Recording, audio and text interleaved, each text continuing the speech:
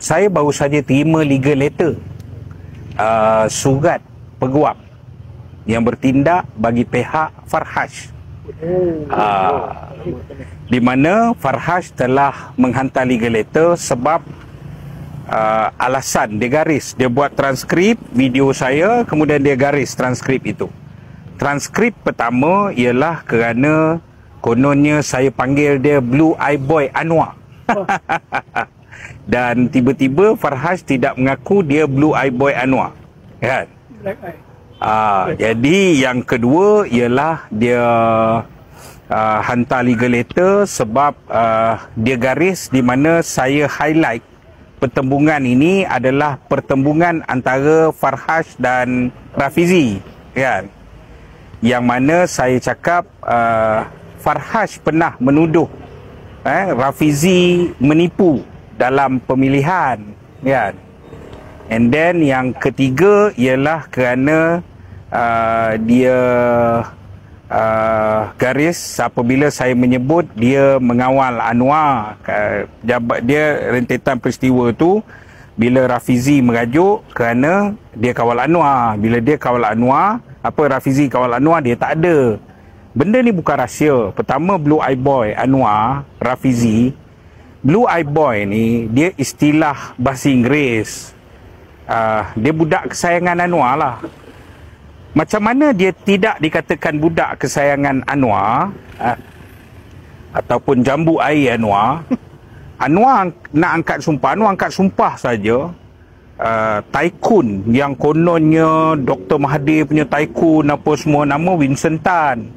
Vincent Tan pecat anak Vincent Tan daripada 7-Eleven dengan lantik Farhaj jadi chairman 7-Eleven, kan? Kedua ialah dalam perkara yang pertama,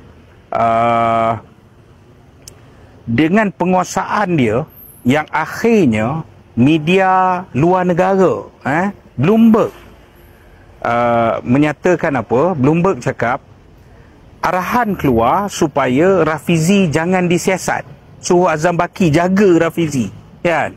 Itu bagi saya sudah membuktikan perkara yang pertama. Kedua ialah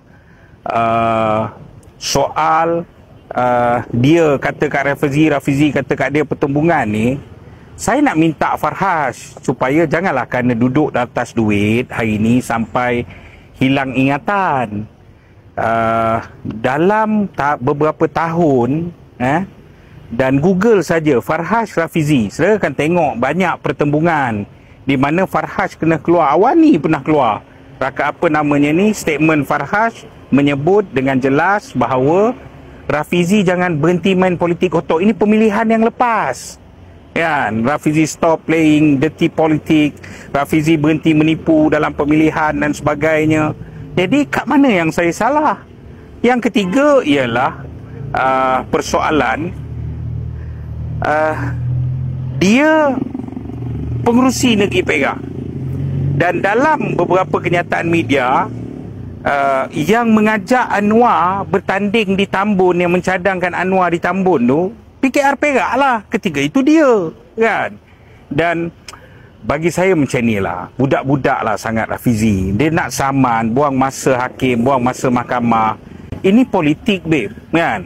Takkanlah aku panggil engkau tak handsome, kau nak saman aku, kan? Oh, kerana saya dipanggil tak handsome, malah. Mana kebebasan bersuara, kebebasan mengkritik, kebebasan apa, kan? Itu saya kata Anwar ni dengan seluruh tim dia bapak kepada segala kepala-kepala bapak kemunafikan. Oh, kalau dulu ni kau hina orang, kau apa, kan? Mahathir tu maha Fir'aun. Manusia ni selain Dajjal, Fir'aun lah, kan? Makna hina. Tak ada pun Mahathir saman. Ada orang yang pernah kena saman dengan Dr. Mahathir kerana panggil dia maha Fir'aun? Tak ada pun, kan? Tak koyak pun. Tiba-tiba kamu koyak rabak, kan? Tenang je lah. Saya akan jawab legal letter tersebut, kan? Dan saya percaya mahkamah akan buang benda ni lah, kan?